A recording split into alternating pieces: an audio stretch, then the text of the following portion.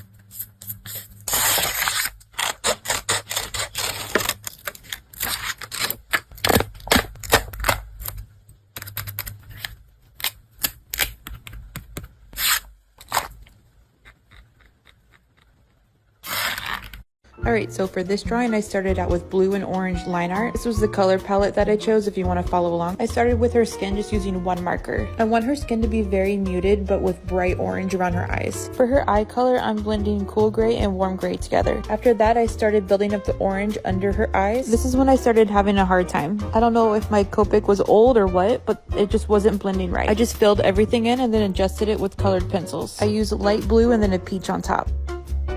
I have no idea why I didn't start with the background first, but I'm filling it in using a dark gray color. For the rest of this drawing, it's going to be mostly negative space. I just added a little bit of orange on the fish and blended it with her skin tone color. To complement all the orange, I shaded the fish using a cool gray marker. I wanted a bit more color, so I added blue with a pencil. Now I'm going to go back and add some details with a Posca pen. I really wanted her eyes to stand out a bit more, so I added a bit more color around her hair and on her cheek. Then I cleaned up the edges using a dark blue pencil. That's it. Thanks for watching. See you again soon. Hello, this is Sims Art, and this is another walkthrough video of one of my illustrations. This time I approached the design in a more sketchy and loose way. I quickly doodled the whole scene without paying too much attention to the details.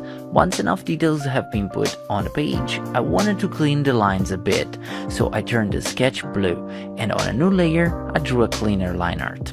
After that, I completed the line art and set an undertone to set the mood for the whole illustration.